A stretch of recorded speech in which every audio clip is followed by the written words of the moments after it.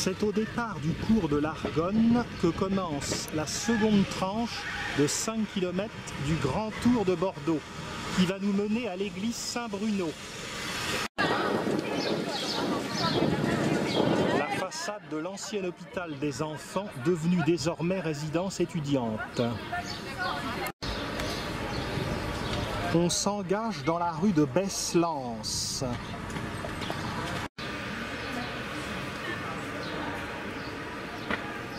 On suit cette rue jusqu'à la rue Saint-Genès.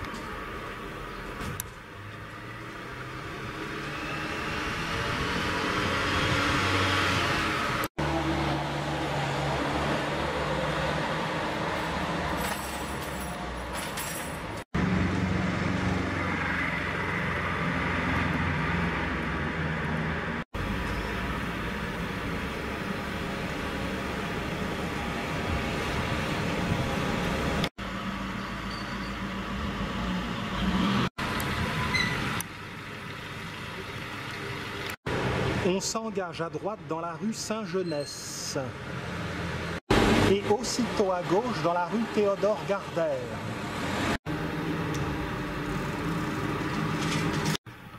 Luxueuse demeure dans cette rue. L'hôtel Ex-Chao a été bâti par Louis-Michel Garros vers 1880. Il témoigne de l'anglomanie de la haute bourgeoisie bordelaise à la fin du XIXe siècle. C'est Eugène Buller qui a dessiné les jardins.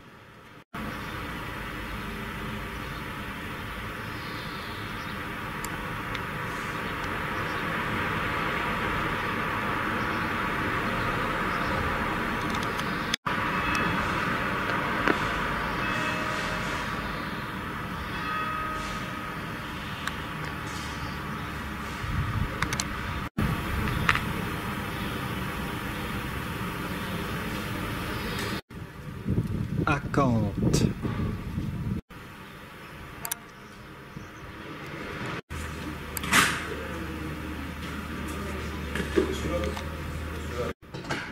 La rue Théodore Gardère se prolonge jusqu'à la rue d'Arcachon. L'hôtel Ex-Chat a été remanié et l'on aperçoit ici un escalier qui n'est pas du plus heureux effet sur cette belle demeure.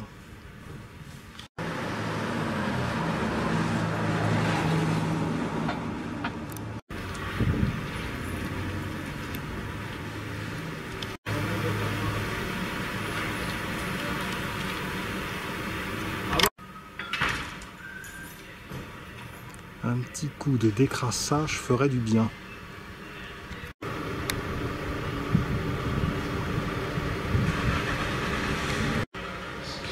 On tourne à gauche dans la rue d'Arcachon. Cette maison est particulière avec ses briques bleues. Rue d'Arcachon.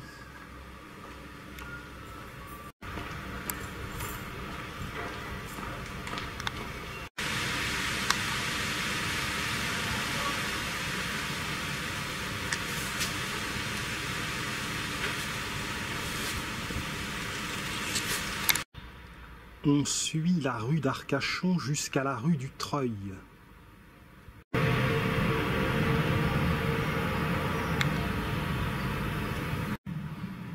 C'est même rue des Treuils qu'il fallait dire. Nous quittons un quartier 19e siècle pour aborder des constructions du 20e siècle résolument plus modernes.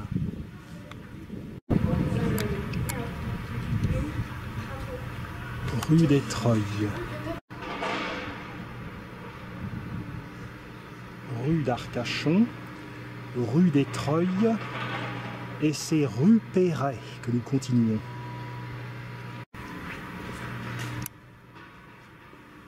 La rue Perret va nous faire aboutir à la rue de Ségur.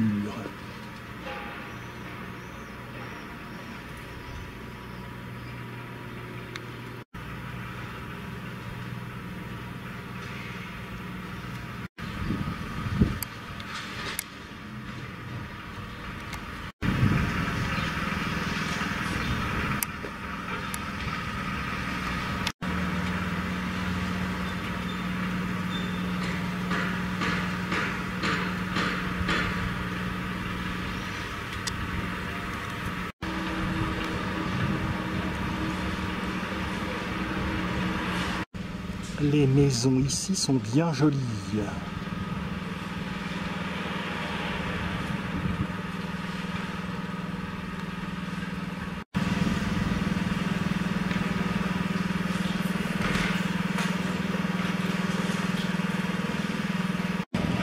La rue de Ségur, où nous nous engageons, fait référence à l'ancienne gare de Ségur de 1841 qui reliait Bordeaux à la Teste de Buch, puis à Arcachon. Cette ligne était une des premières lignes de chemin de fer française. Il fallait 1h40 pour relier Bordeaux à Arcachon et il y avait 19 gares. La ligne a été reprise par la Compagnie du Midi des frères Pereire et la gare a été désaffectée en 1863. Chèvrefeuille rose. On s'engage à droite dans la rue de Talence. Progressons jusqu'à la rue Budos.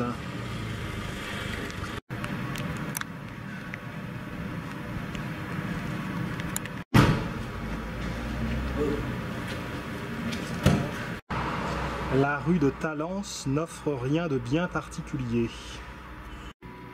Dans la rue de Budos, sur la gauche où nous tournons, nous voyons qu'il y a des bâtiments bien plus modernes.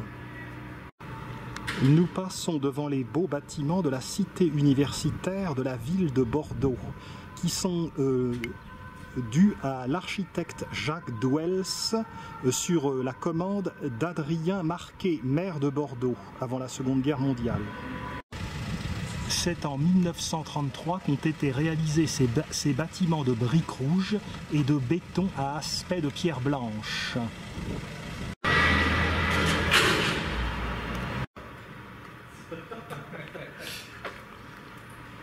Les lignes étaient modernes pour l'époque.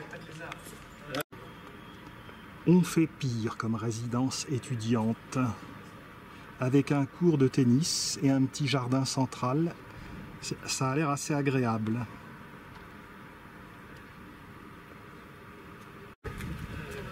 On croirait que c'est construit de la veille. Reprenons notre route sur la gauche. Adrien Marquet, maire de Bordeaux de 1925 à 1945, soutint une politique de modernisation de la ville par de grands travaux et une architecture rompant avec le passé sans l'offenser. On s'engage à gauche dans la rue de Pessac.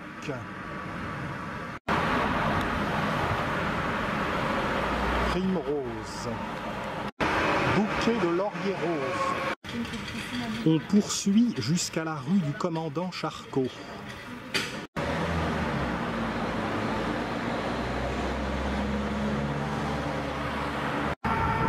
Ici, nous allons trouver un lotissement art déco.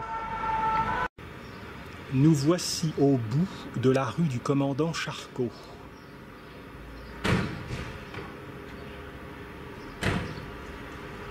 Beaucoup de bâtiments sont intéressants.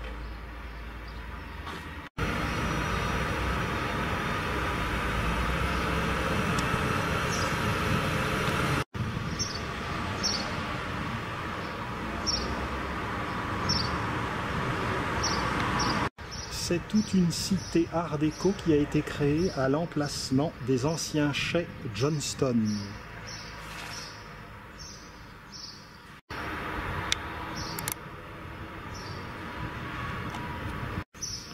Jolie frise.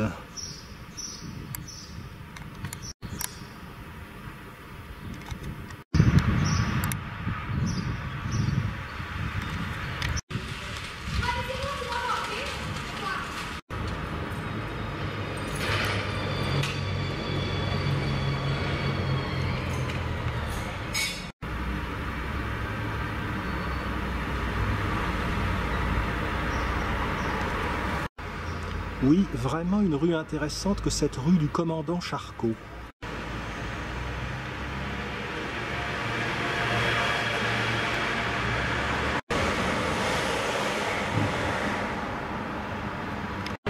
En face, l'église moderne Notre-Dame des Anges. Nous sommes revenus dans la rue de Pessac. Tournons à droite. On tourne à droite dans la rue du colonel Grandier-Vazeille, anciennement rue Lamartine.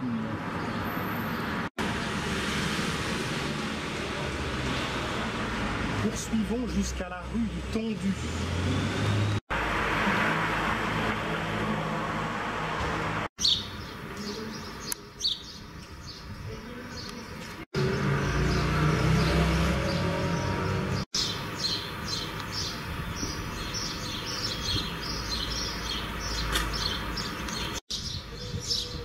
Serait-on royaliste ici?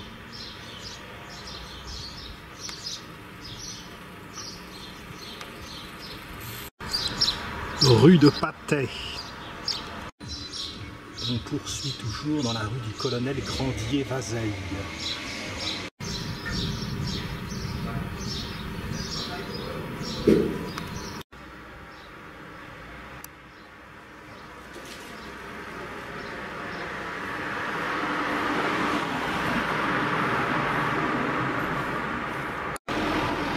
Nous sommes parvenus rue du Tondu et désormais nous allons à gauche.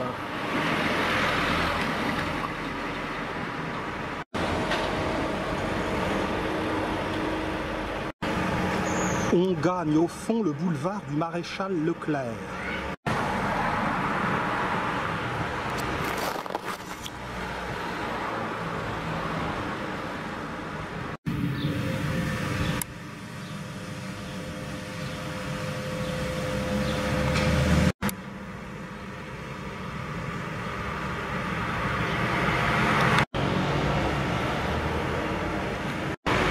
Nous parvenons à ce grand axe.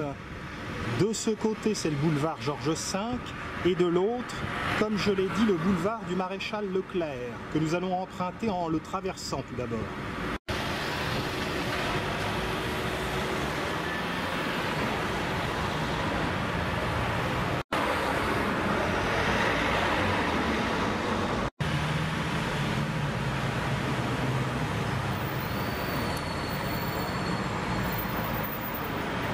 Le boulevard du Maréchal Leclerc fait partie d'une ceinture qui est très arborée.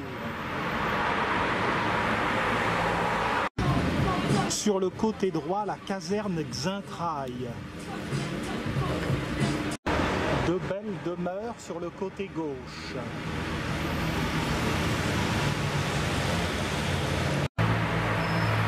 Belles demeures, mais qui auraient besoin d'être un peu époustées.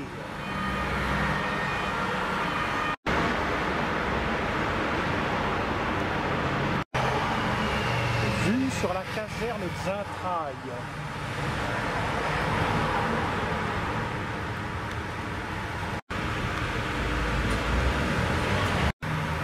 Poursuivons.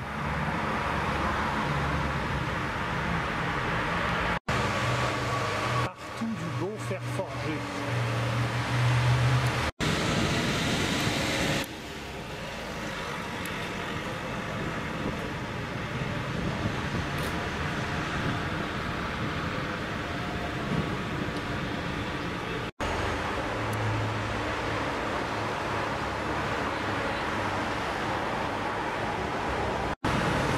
On tourne à gauche dans la rue Mestrézat.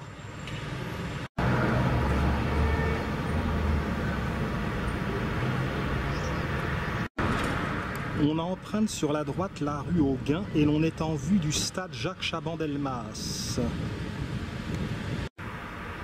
D'ici, on aperçoit l'arc monumental d'entrée du parc Lescure.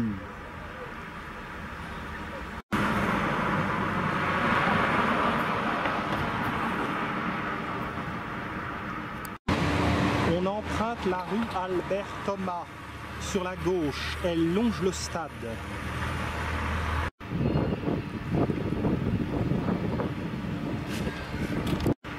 en face du stade, de l'autre côté de la rue, un ensemble de logements collectifs à échelle humaine, la cité Thomas Seigna.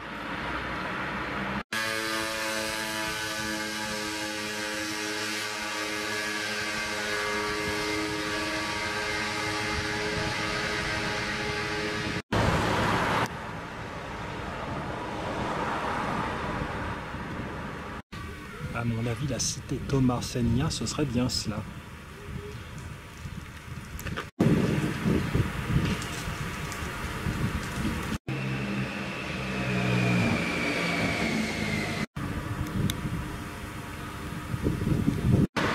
Ici, on retrouve la rue Mestreza.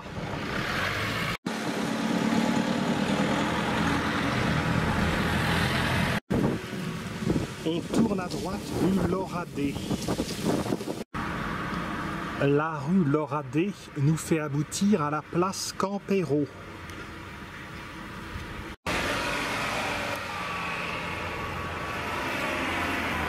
Place Campero.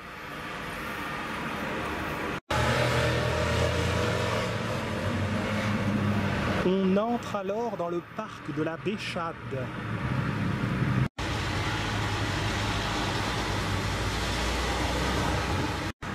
Le parc longe la rue Léo Seigna. L'allée centrale s'incurve.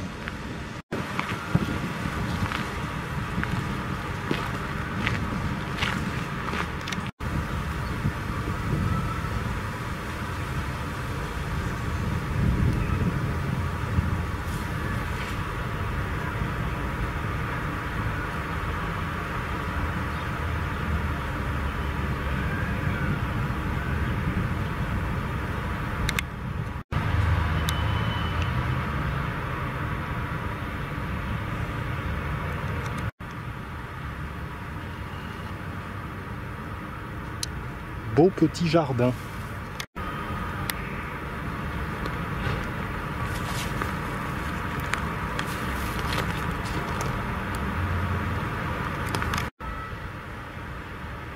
Jardin partagé, jardin de Bacchus.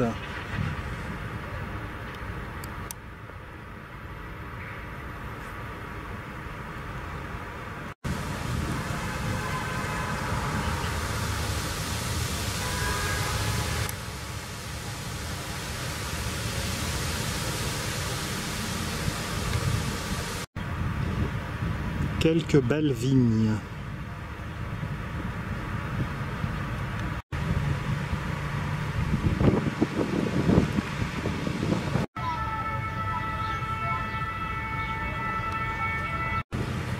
On ressort dans la rue Léo Seigna.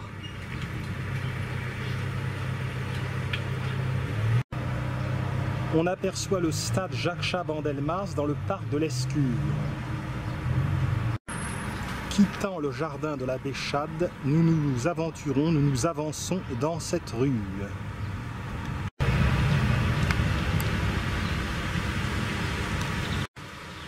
On rejoint l'avenue du parc de l'Escure.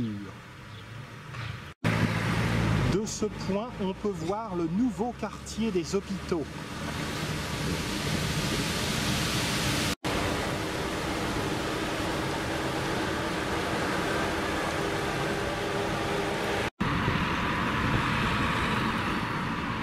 On s'engage donc dans l'avenue du parc de l'Escure. Le quartier a été habité entre 1920 et 1940 par une bourgeoisie aisée.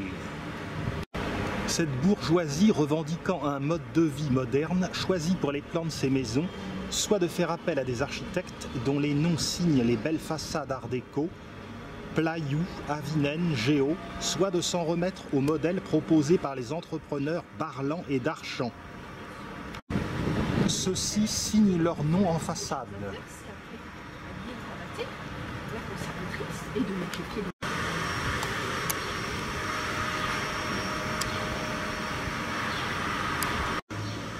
De ci de là, un œil de bœuf.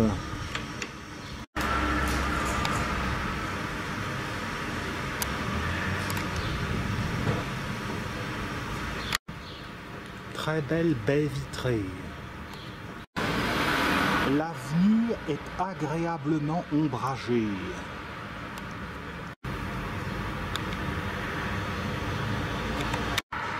Tournons sur la gauche dans la rue des Cèdres, non sans avoir observé cette belle demeure.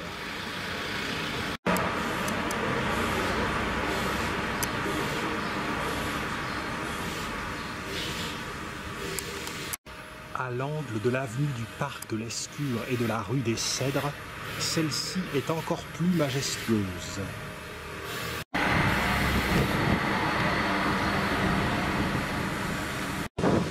La rue des Cèdres mène à la place du même nom, où l'on va trouver un logement un peu plus tardif. On retrouve le nom de Barlan et d'Archamps sur les façades.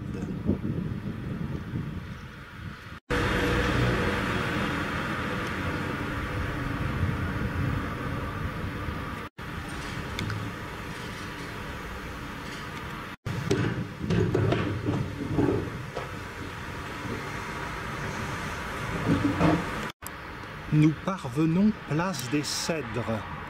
Remarquez les immeubles paquebots.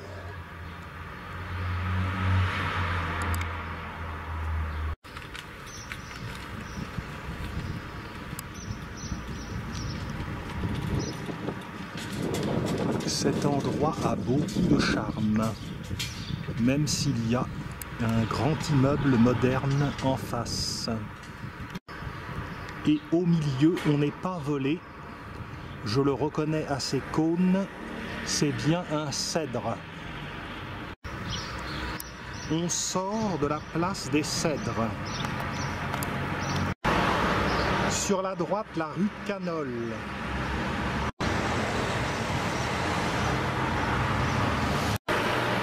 Curieuse structure végétalisée, serait-ce un parking ?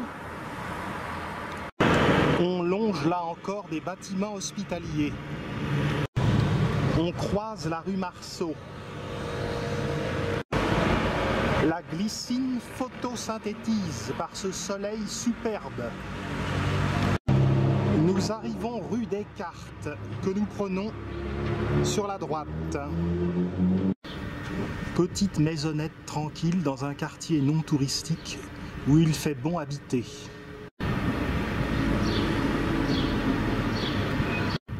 On trouve encore des éléments de décoration du début du XXe siècle.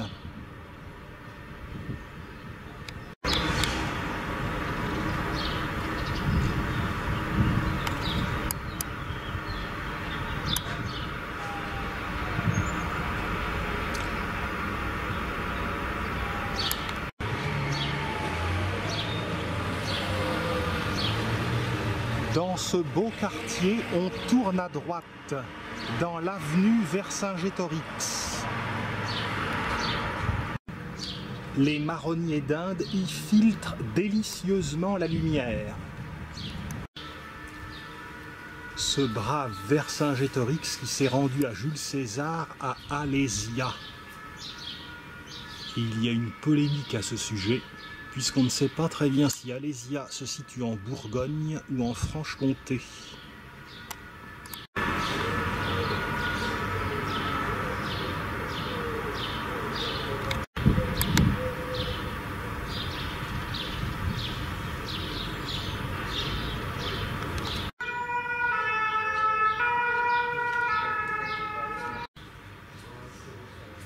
Nous nous dirigeons vers la place Johnston où se trouve l'entrée du stade Chabandelmas.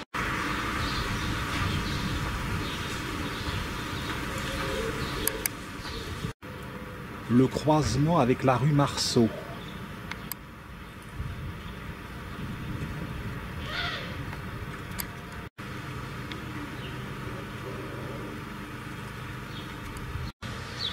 Nous voici parvenus sur la place Johnston. Voici le stade.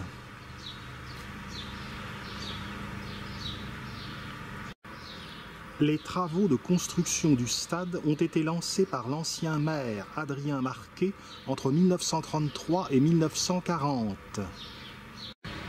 D'architecture classique ou gréco-romaine, il utilise du béton armé. Le club des Girondins de Bordeaux est né le 1er octobre 1881 et Bordeaux a remporté pour la première fois en 1950 son premier titre de champion de France. Ils ne se sont pas arrêtés là puisqu'ils ont également été champions en 1984, 1985, 1987, 1999 et 2009. Ils ont été également vainqueurs de la Coupe de la Ligue en 2002, 2007, 2009.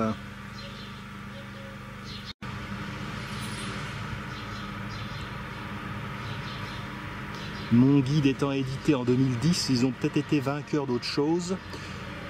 Mais comme je m'y connais assez peu en football, on reprend la belle avenue du parc de l'Escure.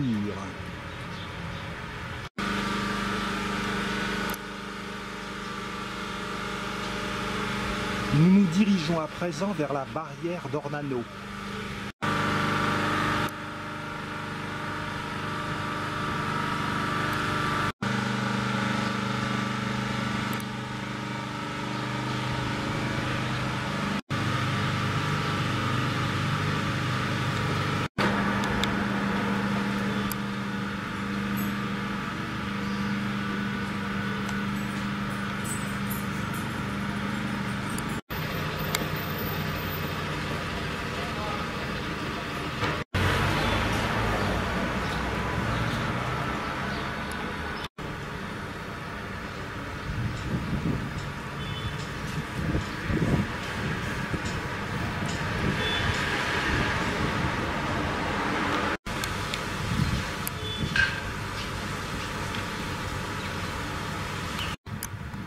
Bouquet de laurier rose. On croise le bout de la rue Descartes.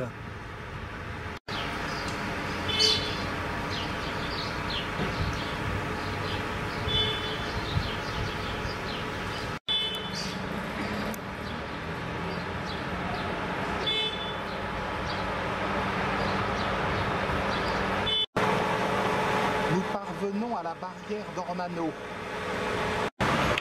De ce côté, le boulevard Antoine Gautier et de l'autre, celui du maréchal Leclerc. C'est la rue d'Ornano que nous allons emprunter.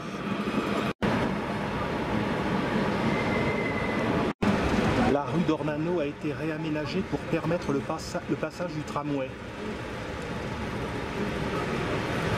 Le nom de barrière d'Ornano fait référence au fait qu'autrefois, à la sortie des villes, au niveau des boulevards, il y avait un droit de passage, l'octroi. C'était une barrière de péage en quelque sorte. Jusqu'en 1927, il y avait 15 guichets employant jour et nuit 170 employés pour taxer les produits de consommation courantes, bestiaux, poissons salés, charbon, farine, alcool qui entraient dans Bordeaux. Engageons-nous dans la rue d'Ornano jusqu'au cimetière de la Chartreuse. On progresse jusqu'à la rue François de Sourdis. D'ici, on aperçoit les flèches de la cathédrale Saint-André.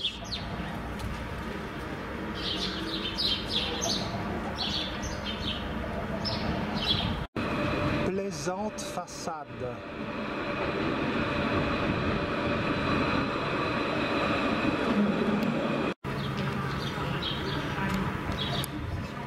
Avec un joli plan de passiflore.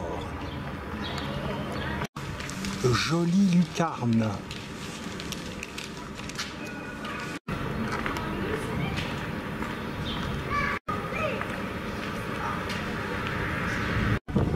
On retrouve des échoppes. Rue de Madrid.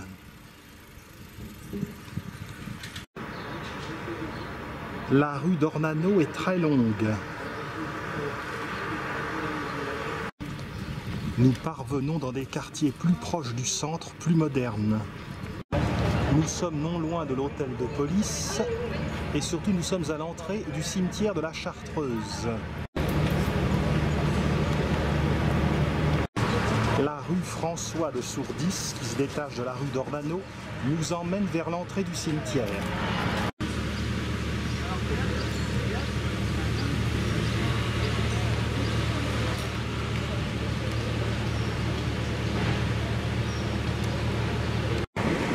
De la place Gavignès, on traverse l'avenue du Général de l'Arminat. Et donc on arrive au cimetière de la Chartreuse.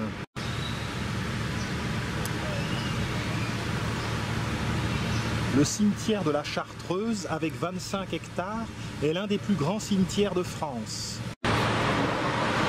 Les Chartreux avaient asséché des marais à cet endroit. Le couvent a été confisqué par la Révolution et en 1791, le terrain a servi à faire un cimetière.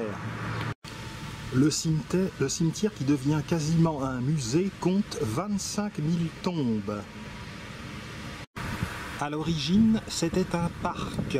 Les arbres faisaient l'admiration de Stendhal et des frères Goncourt. À l'époque, c'était des platanes. Mais ils furent rasés en 1941 car ils produisaient trop de feuilles difficiles à ramasser et à la place on a planté des chênes dont le bois justement était utile pour fabriquer des cercueils. Le cimetière recèle des chapelles néo-gothiques ou néo-classiques. C'est une sorte de cimetière du Père-Lachaise bordelais. On trouve ici les tombes de la famille de l'écrivain François Mauriac, mais l'écrivain n'est pas enterré ici. Il y a également la tombe de la famille de Delacroix, mais pareillement, le peintre n'est pas ici. Et Goya a été rendu aux Espagnols en 1888. Nous avons pénétré par l'allée d'Ornano.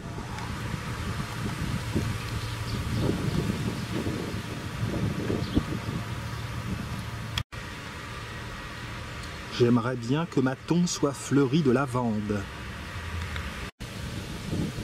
Il y a aussi de beaux tilleuls. Dirigeons-nous vers l'est, vers la porte Saint-Bruno.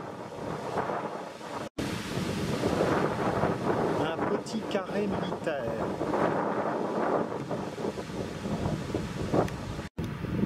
C'est décidément un grand cimetière en effet.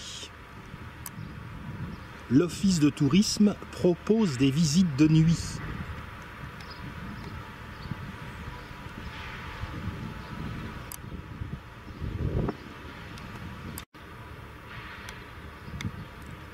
Où sont les petites sœurs des riches?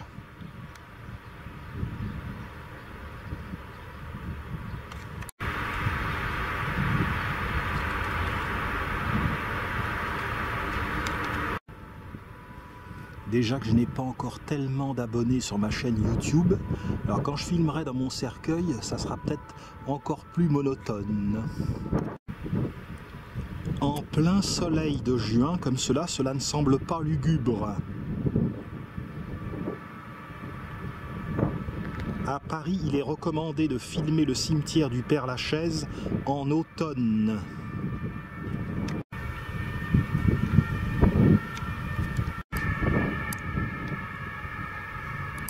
Deux belles aquilées sur le chemin.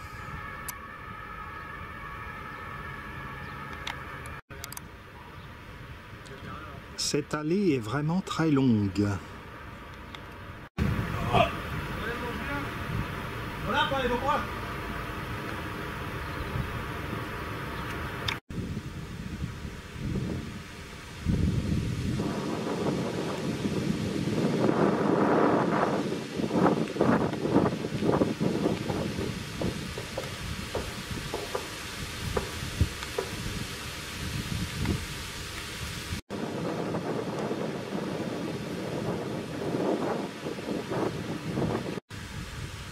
Un petit crochet pour passer sous les tilleuls.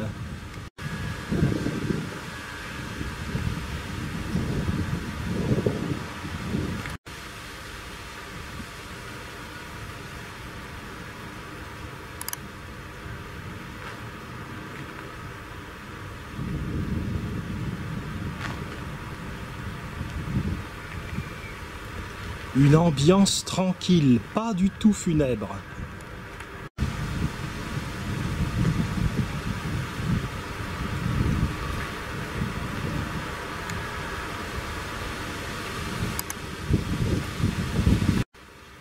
Par ici, il y a des monuments beaucoup plus importants.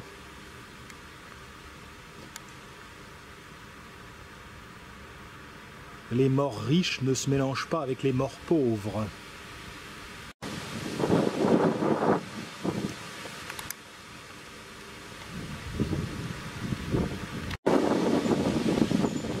Cette partie du cimetière ressemble beaucoup plus au cimetière du Père-Lachaise à Paris.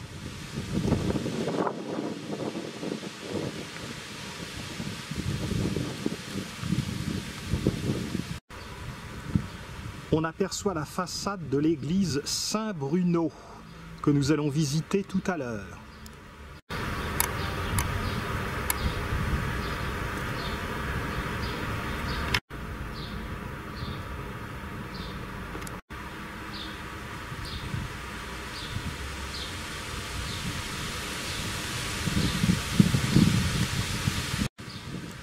Empruntons maintenant l'allée Saint-Bruno pour nous rapprocher du mur du cimetière et de la sortie.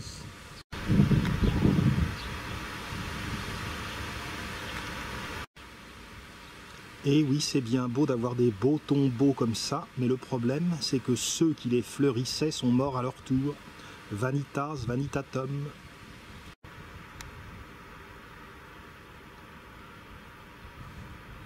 Une belle porte ici. Évidemment, elle s'ouvre assez rarement.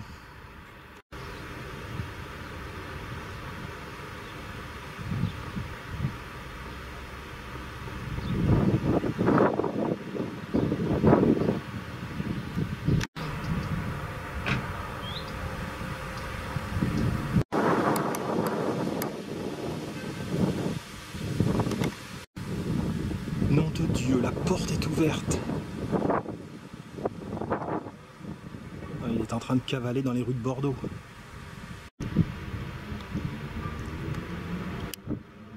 On leur a pas dit à ceux-là que l'orgueil était l'un des 7 péchés capitaux. Jetons quelques derniers regards sur ce beau cimetière.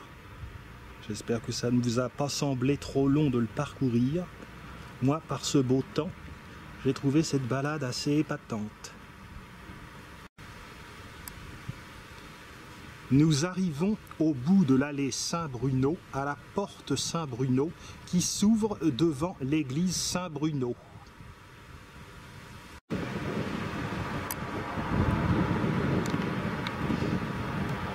La porte Saint-Bruno.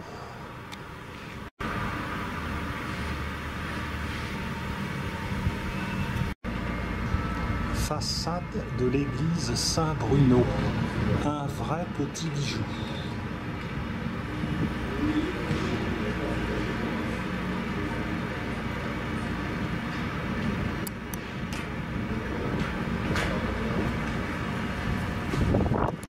L'ancienne chapelle du couvent des Chartreux devint église paroissiale en 1820. Mutilée à la Révolution et privée des bâtiments conventuels qui l'entouraient, elle conserve du XVIIe sa façade étroite et élégante. Admirons en façade les beaux chapiteaux des pilastres. Dernier regard sur le cimetière de la Chartreuse, j'ai oublié de dire qui était enterrée Flora Tristan, la mère de Paul Gauguin. Allons voir la belle église baroque.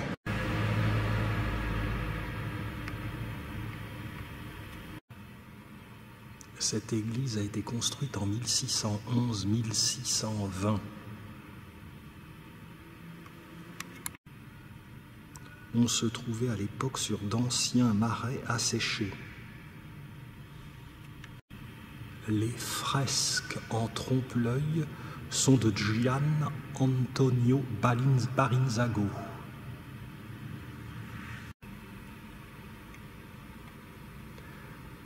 Voici qui devrait plaire à ma mère qui adore les chairs sculptées.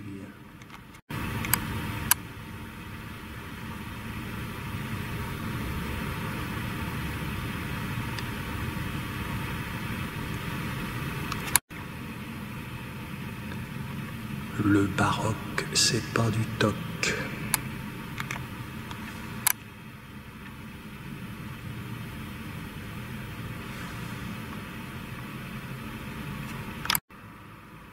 Les stalles.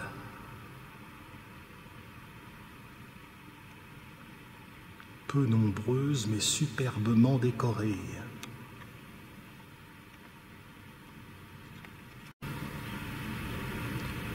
On arrive au niveau du cœur.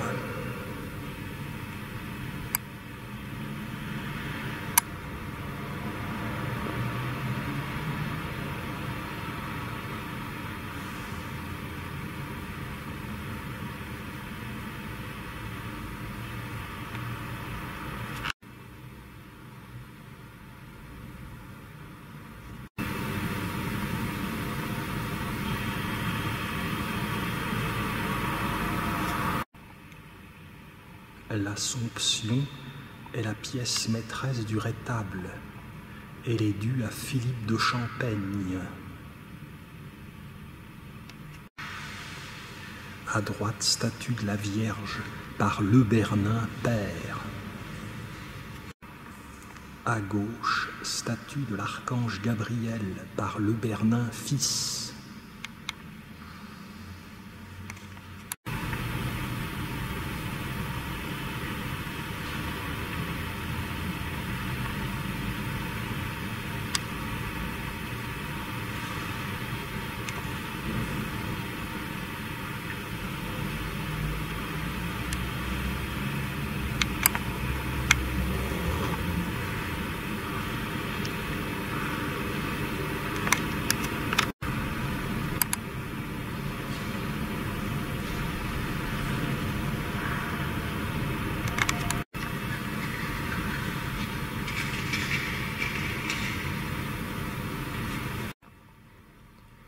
C'est sur la visite de l'église baroque Saint-Bruno que s'achève la seconde section du Grand Tour de Bordeaux.